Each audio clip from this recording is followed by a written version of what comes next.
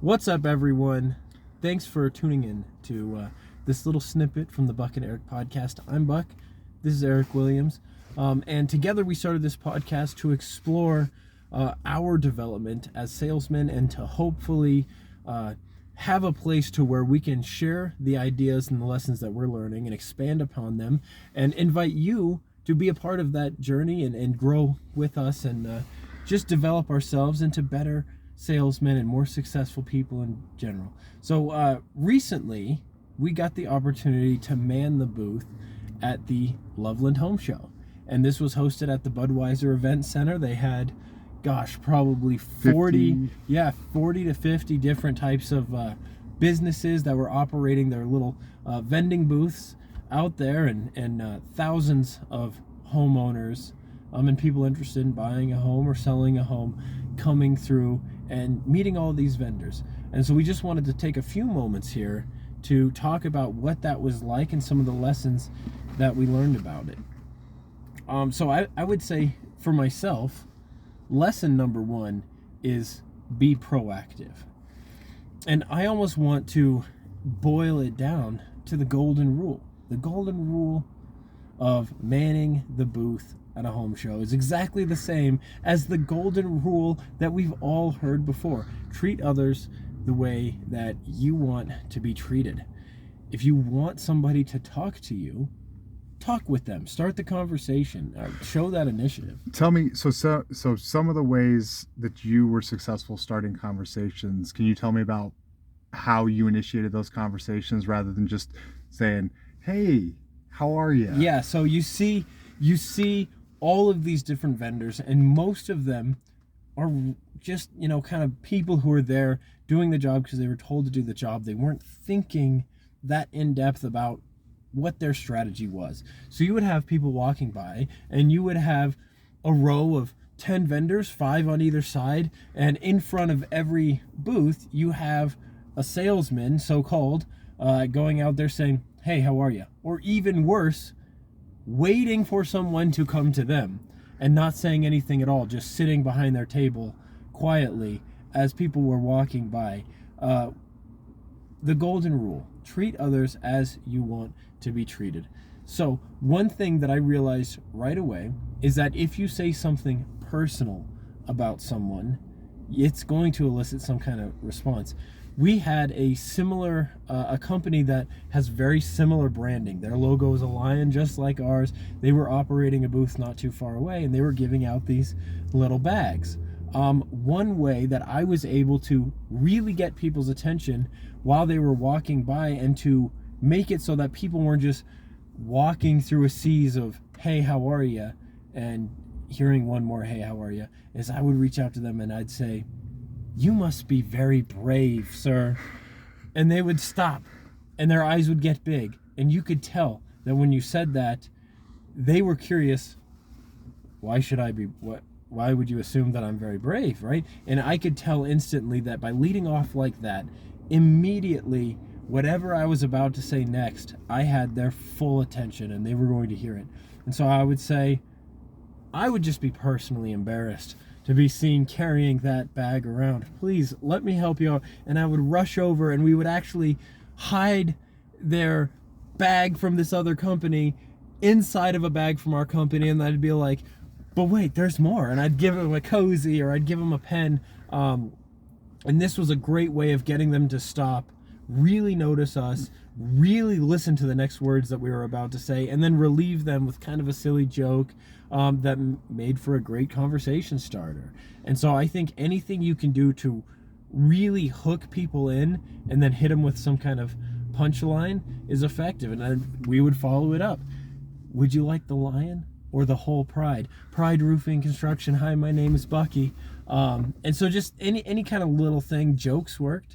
Jokes are good. Yeah, we started using this joke. One of the things, though, that we found was after we had that initial engagement, we had that positive experience with that potential client, it was important then to route that conversation back to the goal, which is to get them to sign up for a free inspection. So that's a key thing too. Once you have that opening, don't just keep talking. Don't just, get friend zoned.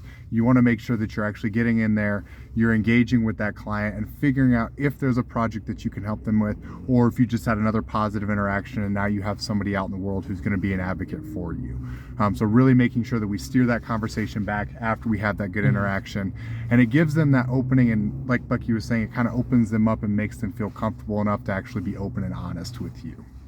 Right. And so kind of the way I strategically kind of would frame these conversations was have an opening pitch, riff, and then have a specific list of things that I thought were must haves, right, for the conversation. Are you doing a project? What's your timeline for this project? Is this something we can help you with? Different things like that, so that you can make sure you follow that progression and you have that structure, but you also have the freedom to then riff and build that engagement with the lead.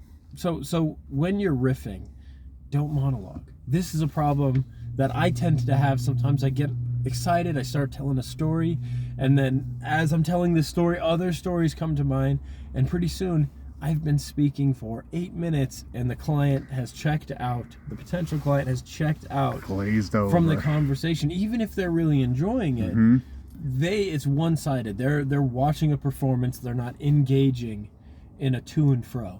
And that's what you really want. So, every 30 seconds or so, you want to just find a way to ask them some kind of question to get them to give you some kind of response. Now, a lot of people will say, ask them an open-ended question, not a yes or no question, because if they can just say yes or no, oftentimes people will just resort to saying yes or no, and then you have to just pick up where you left off. Yep.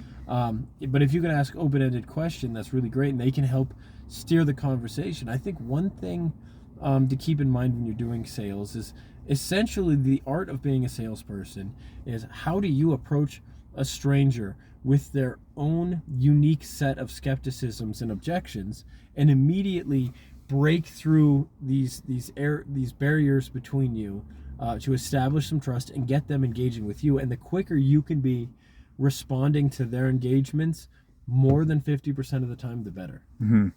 I agree. And another thing with that is to practice. One of the things that we do, and I know Bucky does it, is actually write out those pitches. It sounds silly, but if you actually write it out, you can really collect your thoughts. And so when you're in the heat of that moment and you're trying to think of how to continue that conversation, or how do I bring this conversation back, if you've thought about these processes, or if you thought about how this conversation may go, when that actually happens, it's much more natural, it's much more normal, it's much more engaging, and it keeps the defenses down. It doesn't feel like you're trying to sell them, because you're having a normal, natural conversation. So definitely make sure you have that practice and have a couple different routes. And don't be afraid to fail either. I mean, sometimes you're going to say something that doesn't land, but it'll come with time. It'll come with time. Your delivery of a particular idea will get better every time you attempt to articulate that idea to a new person. One thing that him and I both do is we keep sales journals, and we try to write down our ideas for how things went well, how things went bad, and actually start piecing together a script. Now, you don't want to regurgitate a script to a potential client, but you want to have a basic framework in place that you know the key points that you want to come back to as the conversation goes on, so that you can engage in 1 minute of sales pitch, if you will, key point, a minute of riff and kind of personal relationship building, 1 minute of sales pitch, if you will, and to have that framework to fall back on. And by writing it, writing is when you really put those ethereal thoughts in your mind into concrete ideas, something that people can understand.